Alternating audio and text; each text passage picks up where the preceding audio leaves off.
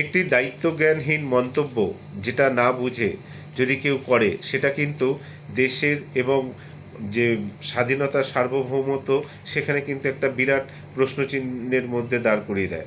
দেখুন, কোনো মানুষকে যদি তার কাজের স্বীকৃতি বা তিনি এমন কোনো মহান কাজ করেছেন সেটা তার বলতেই পারেন। যেমন দীপেন্দ্র নারায়ণ রায়, যিনি কোচবিহারের রাজা ছিলেন, অনন্ত মহারাজের কথায় তিনি কোচবিহারের মানুষকে স্বাধীনতা দিয়েছিলেন, এটা তো ভালো কথা। কিন্তু তিনি যে বিতর্ক তুলে দিয়েছেন এবং একজন মহান মনীষী যাকে বাঙালি আপামর দেশনায়ক বলে আজ পর্যন্ত সম্মান করে আসছেন, তাকে এটা মেনে আসছেন, সেখানে কিন্তু তিনি একটি বিতর্ক তুলেছেন। এবার দেখা যাক, তিনি তো একটা রাজ্যসভা সাংসদ, তাকে তো যথেষ্ট দায়িত্বশীল হয়ে তাকে বলতে হবে। তিনি এমন একটা আলপটকা মন্তব্য করে দেশের মানুষের ভাবাবেগের ওপরে করতে পারেন না।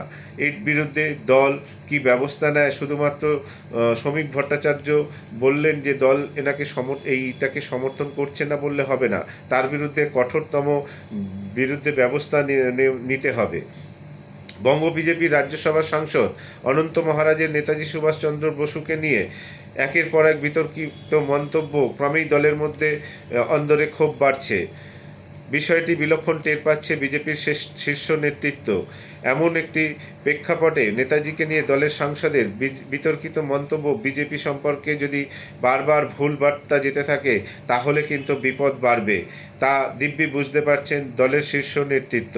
এই পরিপ্রেক্ষিতে বিজেপির রাজ্য সভাপতি, রাজ্যসভার সাংসদ শ্রমিক ভট্টাচার্য স্পষ্টই বুঝিয়ে দিয়েছেন, এহেন মন্তব্য দল কোনোভাবেই সমর্থন করছেন না।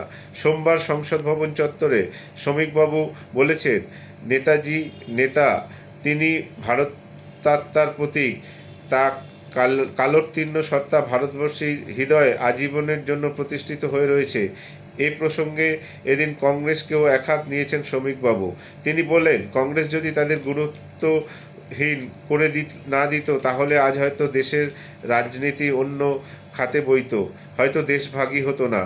সংসদ অনন্ত মহারাজের মন্তব্য প্রসঙ্গে সরাসরি দলীয় এমপির নাম উচ্চারণ করেননি শ্রমিকবাবু, শুধু বলেছেন সব কিছুর ওপরেই কড়া নজর রাখছে দল। সূত্রের দাবি, অনন্ত মহারাজের কাছে তার মন্তব্যের ব্যাখ্যা চাওয়া হতে পারে, জবাব সন্তোষজনক না হলে তার কড়া পদক্ষেপ নেওয়া হতে পারে। রাজনৈতিক সূত্রে জানানো হয়েছে, দলের একটি বড় অংশই অবিলম্বে এ ব্যাপারে ব্যবস্থা গ্রহণের পক্ষপাতী। ঘটনাচক্রে সোমবার বিকালেই শ্রমিকবাবুর সঙ্গে দীর্ঘ বৈঠক করেছে বিজেপির অন্যতম সর্বভারতীয় সাধারণ সম্পাদক, পশ্চিমবঙ্গের ভারপ্রাপ্ত দলীয় কেন্দ্রের নেতা সুনীল বনসাল। এবার দেখা যাক দল কত তাড়াতাড়ি আত্মসমীক্ষা বা তার চিঠি বা তার যে আত্মপক্ষ সমর্থনে কি বলেন সেটা দেখে কত তাড়াতাড়ি তার বিরুদ্ধে ব্যবস্থা নিতে পারেন। কারণ নেতাজিকে অপমান করা বা তার সম্পর্কে কুকথা বাঙালি কেন, কোনো ভারতবাসী মেনে নেবে না।